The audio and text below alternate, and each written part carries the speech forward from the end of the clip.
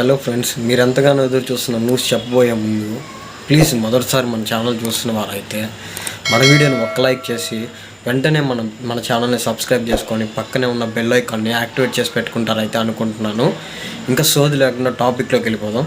చాలామంది అనుకుంటున్నట్లుగానే పల్లవి ప్రశాంత్ అయితే title winner అయితే అవబోతున్నాడు. అన్అఫీషియల్గా అప్డేట్ కూడా రావడం జరిగింది. అంటే మనకు తెలిసిన విషయమే, బిగ్ బాస్ షూటింగ్ లైవ్ కాదు, అది ఎపిసోడ్స్ షూట్ చేసేసుకునేసి తర్వాత మల్టిపుల్ డేస్లో రిలీజ్ చేయడం అయితే జరుగుతుంది. ముందుగానే షూటింగ్ అయితే కంప్లీట్ అయిపోతుంది. లాస్ట్ టైం వచ్చింది అయితే 24/7 లైవ్, బట్ ఇప్పుడు మాత్రం 24/7 లైవ్ అయితే రావట్లేదు మనకి.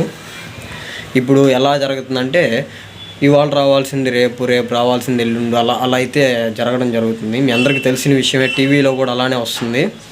ఇంకా పల్లవి ప్రశాంత్ అయితే టైటిల్ విన్నర్ అవ్వబోతున్నాడని చెప్పేసి అన్అఫీషియల్గా అప్డేట్ అయితే మనకు రావడం జరిగింది. ఆ అప్డేట్ ఏంటి, దాని గురించి పూర్తి వివరాలు చెప్పబోయే ముందు పల్లవి ప్రశాంత్ గురించి ఒక మాట అయితే చెప్దాం అనుకుంటున్నాను. ఎందుకంటే పల్లవి ప్రశాంత్ నెంబర్ ఏదైతే ఉందో ఓటింగ్ సెక్షన్ చేయాలనుకున్నప్పుడు ఓటుకి మిస్డ్ కాల్ ఇవ్వాలి కదా. సో ఆ నెంబర్ ఏదైతే ఉందో ఆ నెంబర్ అయితే పని చేయకుండా బ్లాక్ చేయడం జరిగింది. అది బిగ్ బాస్ వాళ్ళు చేశారా లేకపోతే ఎవరన్నా చేపించారా అని అయితే ఇంకా బయటకు అయితే రాలేదు.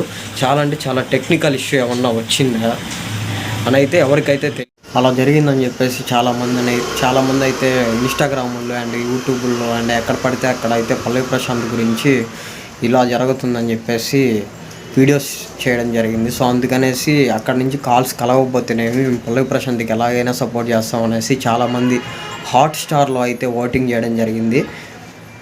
ఒక 99% అయితే పల్లవి ప్రశాంత్ అని అయితే కన్ఫర్మ్ అయిపోయింది. ఇంకా ఫైనల్ కంటెస్టులు ఇద్దరు ఉంటారు కదా, వాళ్ళిద్దరిలో నెక్స్ట్ కంటెస్టెంట్ ఎవరని అంటే అమర్దీప్ అని అయితే టాక్ అయితే రావడం జరిగింది. ఈ వీడియో అయితే ఇంతే గైస్. ఇంకా మన ఛానల్ సబ్స్క్రైబ్ చేసుకోకుండా చూస్తున్న వారైతే ప్లీజ్ సబ్స్క్రైబ్ చేసుకొని పక్కనే ఉన్న బెల్ ఐకాన్ యాక్టివేట్ చేసి పెట్టుకోండి. నేను పెట్టే వీడియోస్ ఇంకా మీకు నోటిఫికేషన్ రూపంలో మీ మొబైల్కి నేరుగా రావడం జరుగుతుంది.